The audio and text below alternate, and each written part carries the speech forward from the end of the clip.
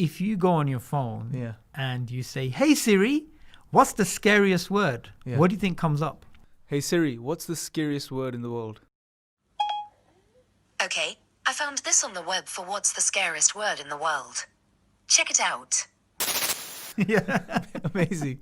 What do you mean amazing? That's not good news. Shocking. Like, Yeah, it's the shocking. scariest word is Allahu Akbar. Allahu Akbar. But yeah. the good news is, at least that word we know is harmless Yes. and, in fact, is the core of the da'wah.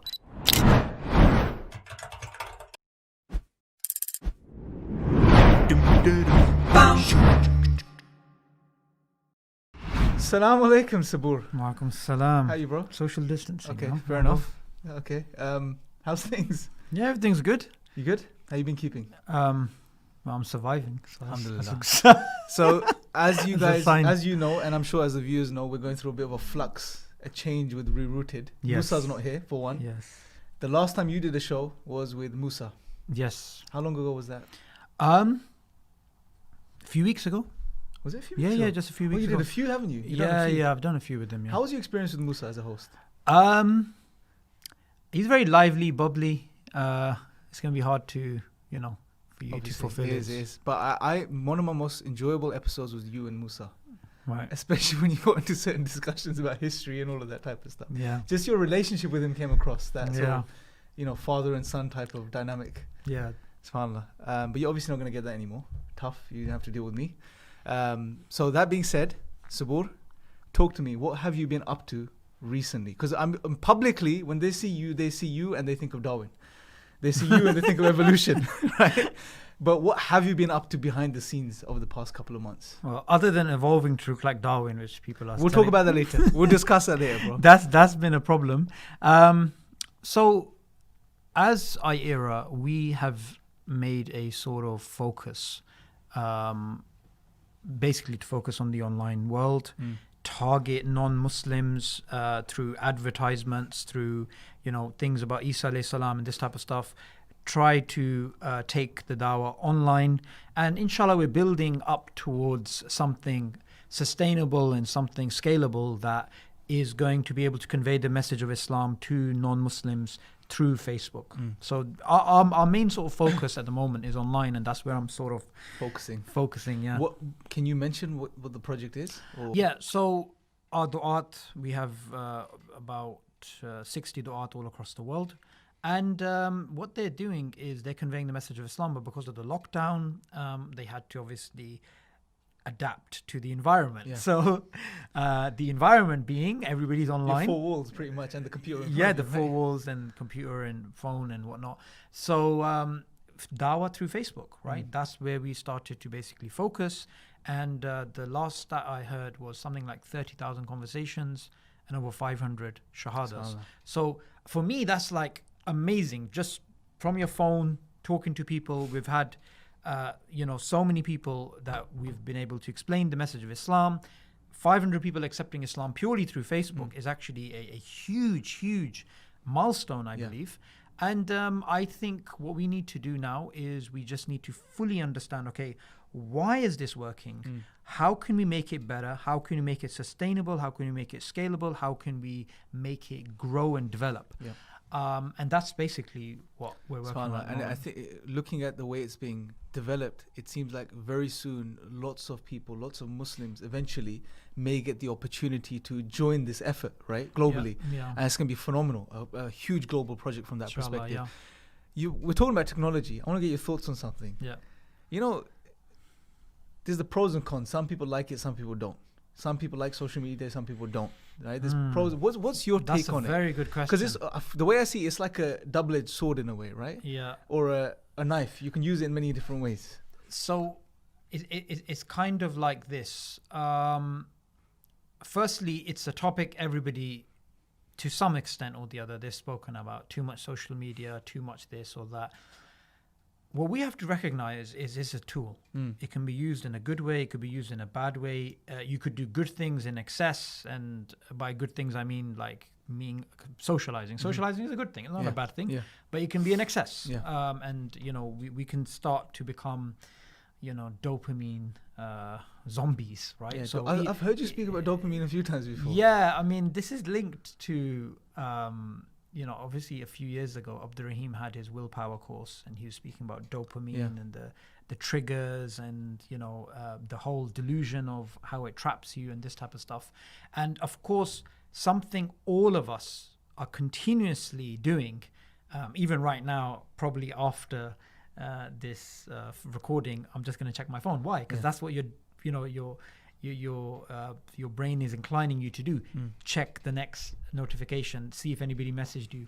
And it's kind of like maybe 20 years ago, the only thing equivalent was repeatedly opening the fridge. Which I think a lot of us did, right?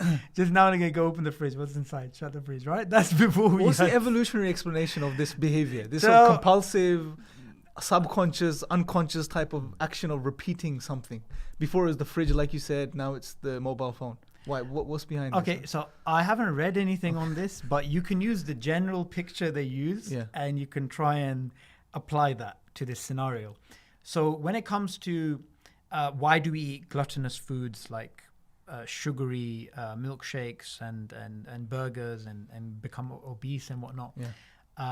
Well, the story that they give is in the early environment when we were sort of in hunter-gatherer societies. It was, of course, adaptive to have sugary berries and to have meat and these dairy and these types of things, and these things were scarce. So when they did come up, it was like go for the sugar, right? So you see the berries, you start foraging.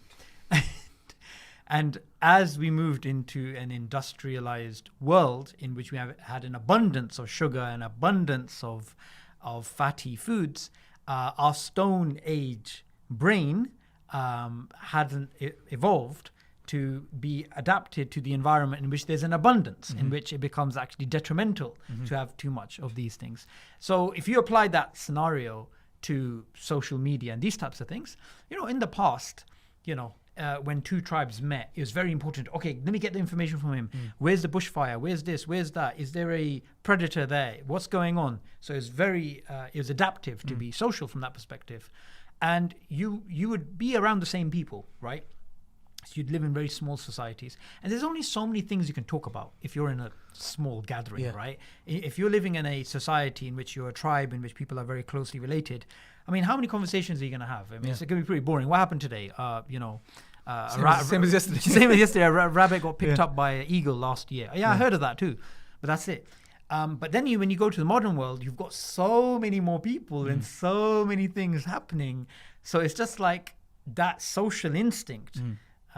You could say, well, we're just going crazy. We're just like trying to talk to each other and stuff like that. And the brain is designed to obviously pick up on information, things which are new, things which are novel.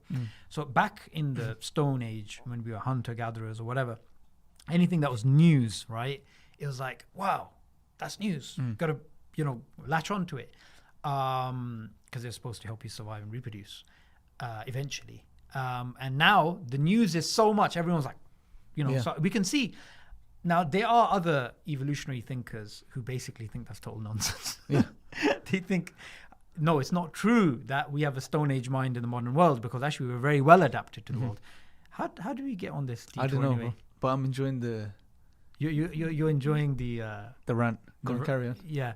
So, I mean, we are addicted, and why not? Okay, yes, we're talking about dawah. Yes. Why not use the fact that we are addicted to our phones, use it for the sake of Allah to do dawah? Because look, at the end of the day, it's like you put butter in fire. What's going to happen? It's going to melt. You are the product of your environment. So if you're continuously on Facebook anyway, if you're continuously on social media anyway, and you also know, okay, I'm also a volunteer who's supposed to be answering questions to about Islam to non-Muslims, then while you're getting notifications about this, and you'll get notification, okay, someone messaged about Islam, and they're just asking a question, and then you start talking to them. So it's using something that's already out there. So, there's a lot of people who are very, even though they use social media, they warn against its ills, and they warn against, this and this and this. the way I see it is, yes, it's fine. You can warn, you can say this, you can say that, but you have to give people practical solutions. And I believe giving dawah is a practical solution, which actually makes you feel good about your close relationship with your phone, rather than feeling bad about Very wasting interesting. time. It's like you're saying, well, you got to eat, might as well eat healthy food, right? While you're at it. So if Yeah. you're going to use the phone anyway, Yeah. use it in the best way possible, Yeah. pretty much. Did you like how the way I rerouted I that did, back but I to like the the way topic? I like the way I sort of summarized it in a simple way better. I think hopefully that'll be more beneficial to the people watching. But going back to Darwin and you know, being social, was Darwin a social guy? You Just could as a say, side question. well, okay, you could put it this way, right? Social according to the standards of the day or the standards of today. The standards of today, of course not, because people are massively more social than they were previously in terms of how their network and that stuff. But actually, he was a little bit of a hermit. He used to spend, I mean, he had health issues and he used to spend a lot of time thinking and writing and this type of thing. He was friends with certain, I've forgotten the name, but there's some church leader who's near Shrewsbury. And so, you know, he wasn't that social. And some people have this thing that if you're going to be a very productive person, then you can't be too social, because if you're too social, you're too much in it rather than being above it and trying to understand what should I do in my life. So maybe that's what made him productive. Yeah. being You know, when isolated. so one thing I noticed when you speak about Darwin, it's like you've just come from living with him this morning. It's like you live with him. You've lived with him. You know him so well. And because of that, I think it's a good thing now, and I think we could take something from that. Maybe you can share with us. There is an image of Darwin that appears when you hear about him from the mouths of, say, atheists or those inclined towards sort of the, what would you call those that just hold to evolution like it's the gospel? Darwinists. Darwinists, yeah. You see a certain image of him emerge. From you getting to know him, almost as if you have lived with him, what do you see him as? The image you have in your mind, is it different from what's portrayed by the Darwinists? Yeah, absolutely. I mean, let's deal with the elephant in the room. Some things that social activists and other people have pointed out about him, even historians, that is undeniable. So, for example, his views on race, his views on, but it's interesting the Darwinists wouldn't mention those. They wouldn't mention those things. aspects, So, for example, they wouldn't mention the way that he spoke in a very negative way about coloured. Well, you don't use the word coloured, but back then, whatever they used. Well, I don't want to use the words that he used, but the way he was talking about people who are not white, and the way he even spoke about actually how within the European civilization there was a hierarchy as well. So that you had the British who were the best at colonization, so therefore they were better than the others. And clearly you have some very pernicious beliefs, right? You have some dangerous ideas here, and using your own theory to justify that. But where I like him is better is in terms of his stance on the belief in God, as opposed to the way the atheists portray him. So he wasn't an atheist? He wasn't an atheist, and they try and portray him as somebody who, like Dawkins says in his book, that Darwin allowed us to be intellectually fulfilled atheists. Like, you have this constant link between atheism and Darwinism and this type of thing. And you find out actually Darwin, when he published his book, he believed in God. When he published his other writings, he also believed in God. He was a deist at that time. He believed in God but not in religion. Later on in life, he became an agnostic because of the problem of evil. So, and his life was very complicated. And there's a book by Nick Spencer, Darwin and God, and it shows that very complex relationship. And that nuanced, complex relationship that Darwin had, in which Darwin believed it was perfectly compatible to believe in his theory and believe in God, which is what the Darwinists and the atheists. So this was his view. Yeah, which is very surprising because that totally contradicts the views of Richard Dawkins. And in fact, Richard Dawkins wrote The Selfish Gene, and there's actually a academic who's written the book The Selfish Genius, which is about how Dawkins co-opted and shoehorned Darwin's theory for his own ends, right? So I like to show the difference between the two. That's not to say I agree with Darwin, but that's simply to show, look, you guys are saying this, and that's definitely not right. I mean, I don't believe his position is right, but it's definitely more like he was more open-minded than these guys. Interesting. Right? So, you know, Very interesting. So, you know, sometimes when I praise Darwin or sometimes when I criticize Darwin, people are like, okay, where do you stand? Yeah. The thing is, look, you have to leave the bad where it is.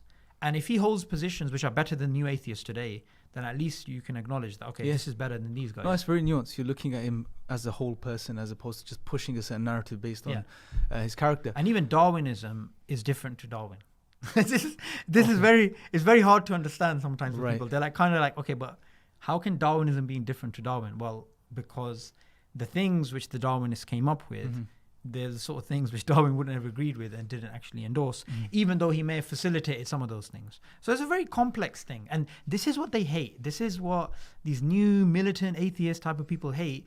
They hate nuance. They hate, you know, things being grey. They like black and white. Yeah. Religion, bad. You know, atheism, good. You know, this type of nonsense. And Darwin does away with that. Interesting, very interesting. But you know, another thing, there's been some rumors circulating recently.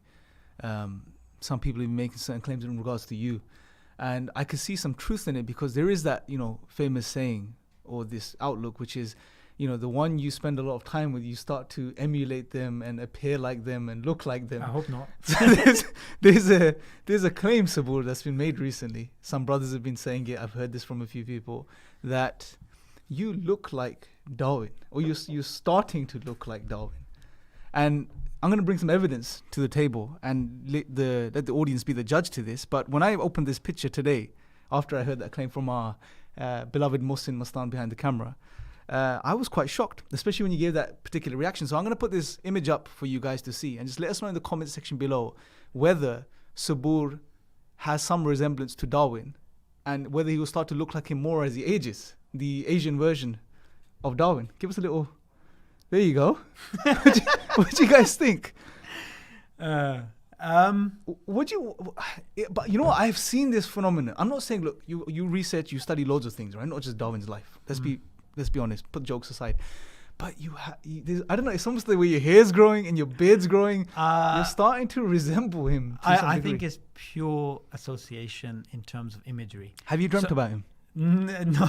Be honest. Have you dreamt about him? No, I haven't, and I'm not a fan, as I said earlier. Yes, right? yeah. I see good things, Yeah. Not good things, but better things than the new atheists. Yeah. And I see some things which are clearly very racist and horrific, Yeah. right?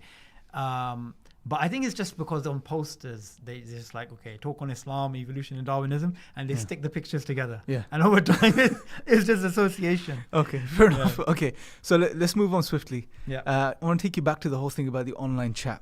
All right, so there's this opportunity which is coming in the near future where the Dawah's Okay, gonna... before we get on to the online chat, Yeah. I really wanted to say something. Yes. I get this time and time again. Yeah. Right?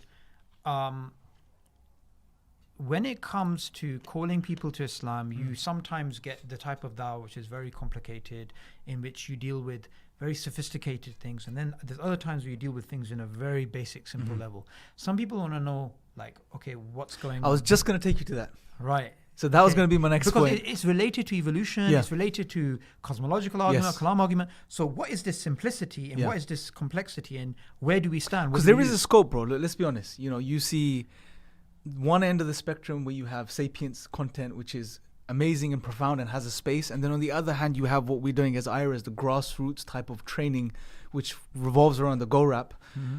And there's this whole spectrum. Give us a bit of insight into this, because it can be quite confusing to some people. So the way I would put it is this: if you take a very sophisticated, crisp philosopher like Anthony Flew, right? So he was a militant atheist for decades. He debated against the existence of God. He wrote Falsification in Theology, Death by a Thousand Cuts.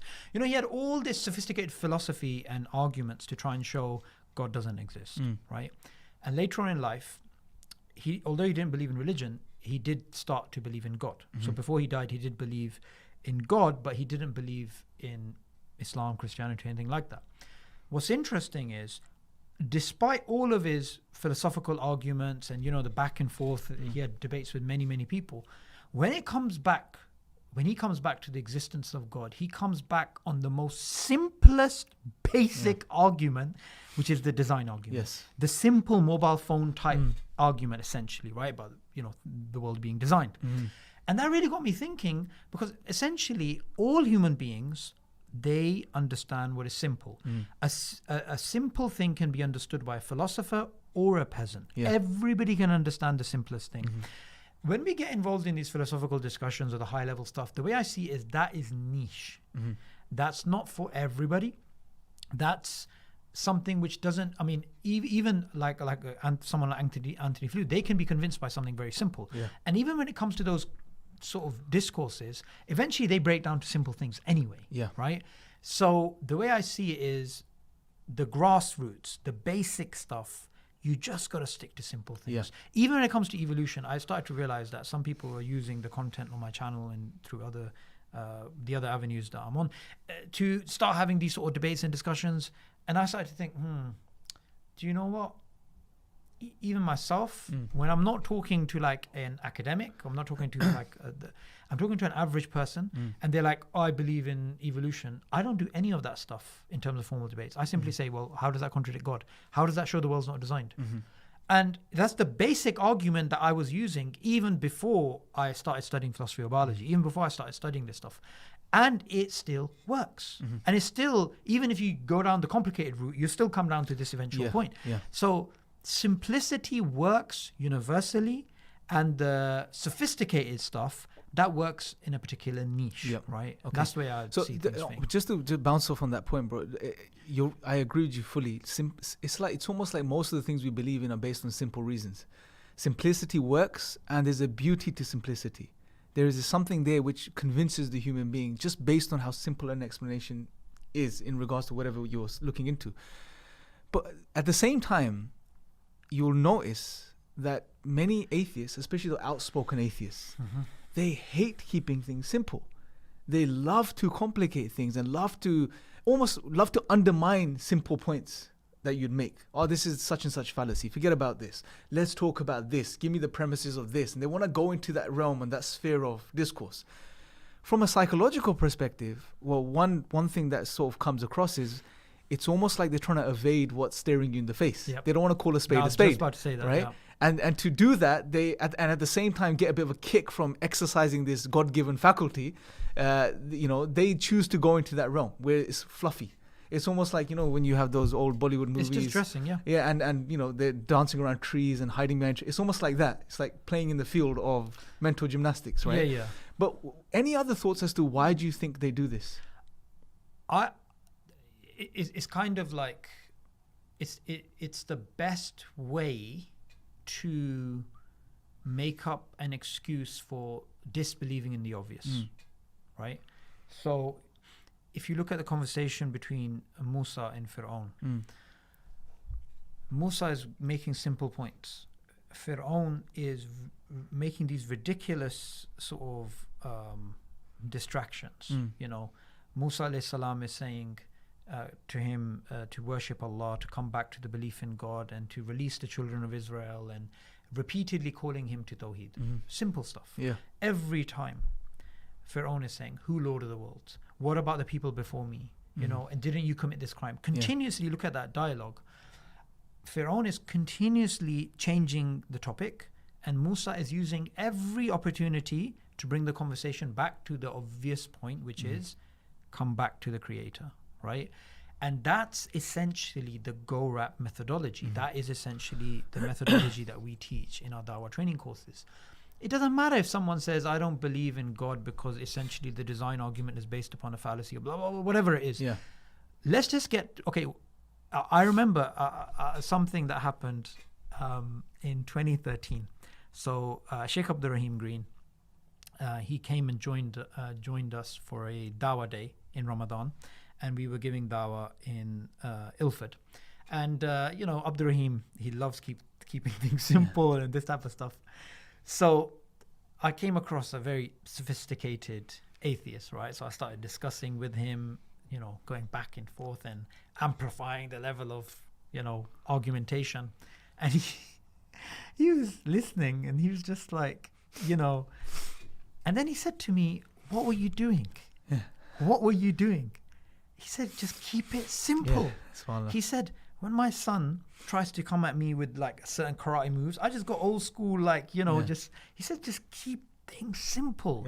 You won't lose on the simple points. When you go up and up and up, that's just, and look, at the end of the day, you know, like he has, Allah knows, maybe 30 years of experience of da'wah. He knows you can go down the mode of complexity, whether it comes to Christian polemics or atheist polemics, but essentially it's the simple points which win the day. And if the person rejects the simple points, what makes you think they're going to accept the most complicated, you know, sophisticated arguments? It's the same thing. Essentially, their disbelief is not going to be affected by you taking them down the route of making the conversation more complex each time, right? And that was a profound lesson for me in you know, that, because he did make sense. He made total sense. I wouldn't. It would have been a complete waste of time. You reminded me of I had a very similar experience in Speakers Corner when we first started going there. Sheikh Yasin. Oh, Sheikh Yasin. May Allah grant to the highest levels of Jannah. He was Abu Yasin. He was a phenomenal. He one day, because you know back in the day we used to get on the ladder and do talks. Oh yeah. So I remember one occasion I got up. And there's loads of atheists, and I'm giving them all of these arguments and stuff like this. And he's sitting there on his chair. He's sitting on a chair. He's sitting right next to me, and he's listening, and he's looking at me. And then as soon, he's just looking at me like this, like. And then when I'm done and they're gone, I come down. He said to me something like, he said, "Why don't you keep it simple?" He said, "They're not going to understand. Keep it simple. Speak." He said it in a very nice way. Keep it simple so they understand. And it was a profound lesson because he was right. Because most people, they like simplicity, right? And keep the da'wah supposed to be simple. So I think one of the lessons we're getting across here is there is a spectrum. There's nothing wrong with any place on the spectrum, but there's a place for everything. But generally, for most people, it's best to keep things simple. And the powerful thing about the Shaykh is that he gave this reminder continuously to everybody.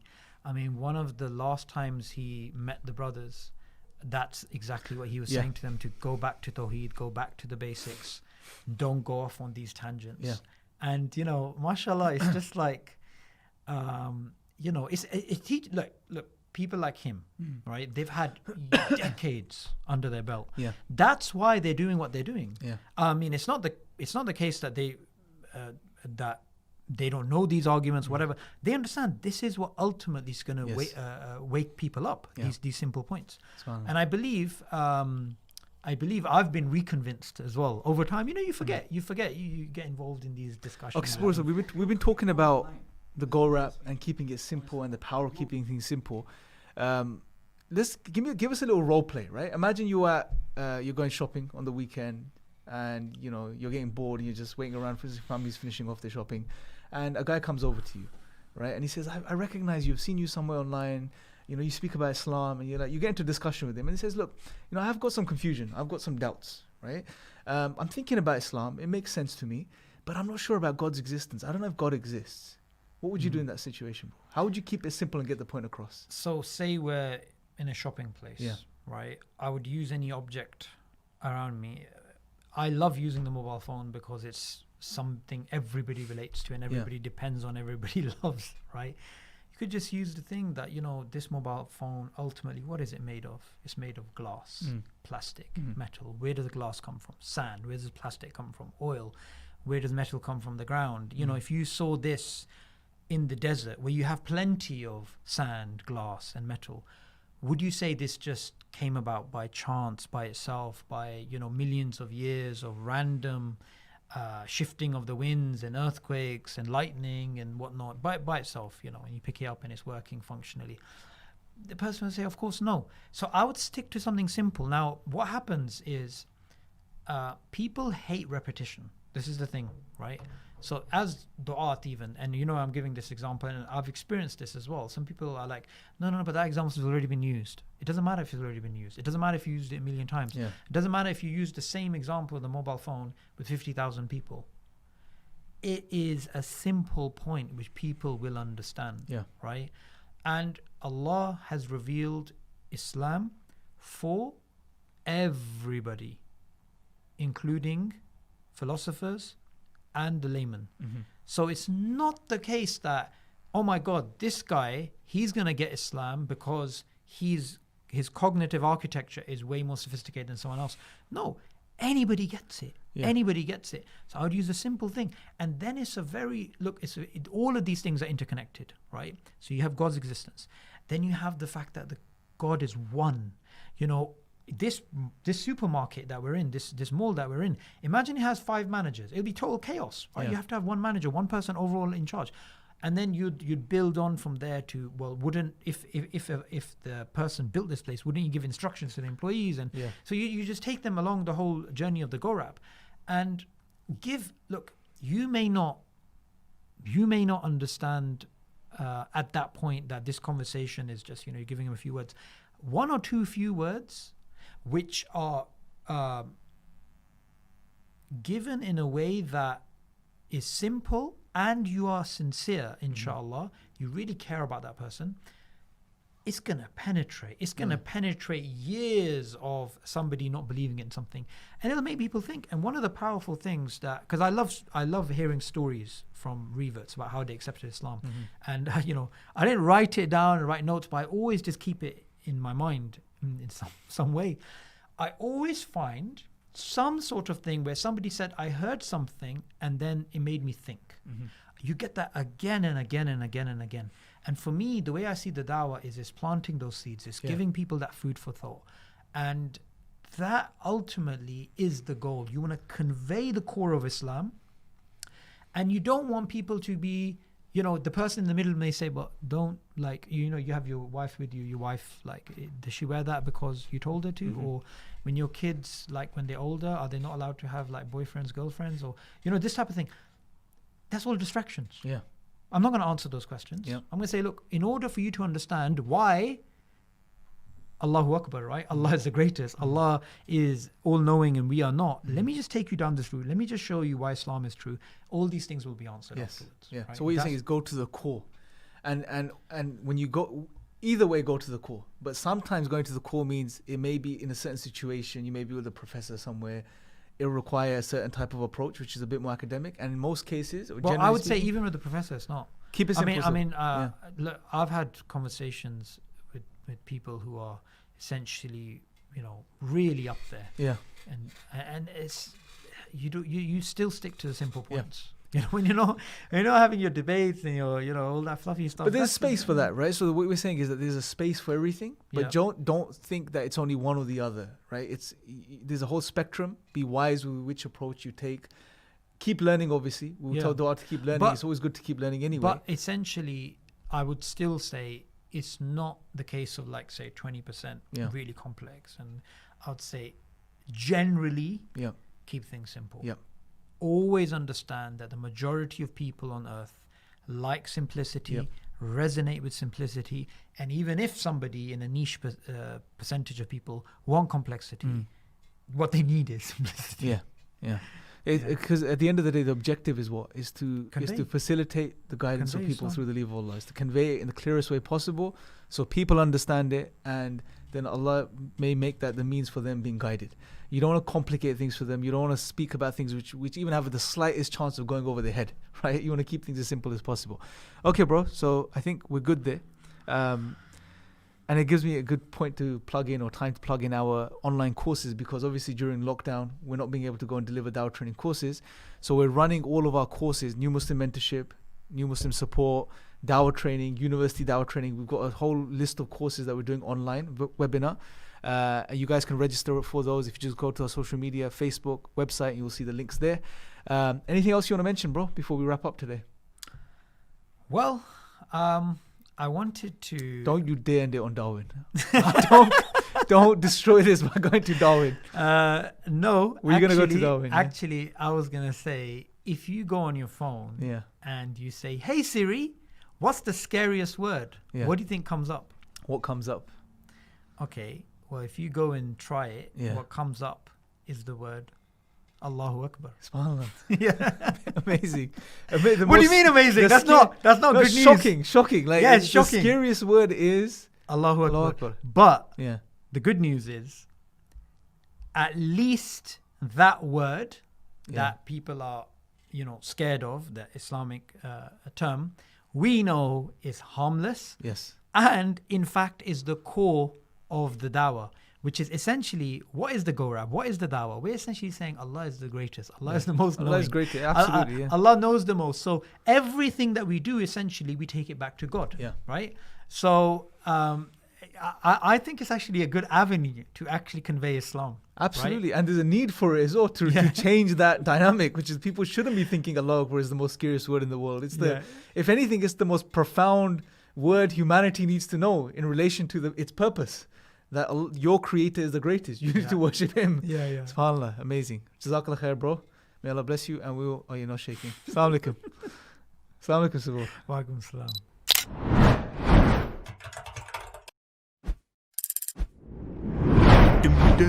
Bounce.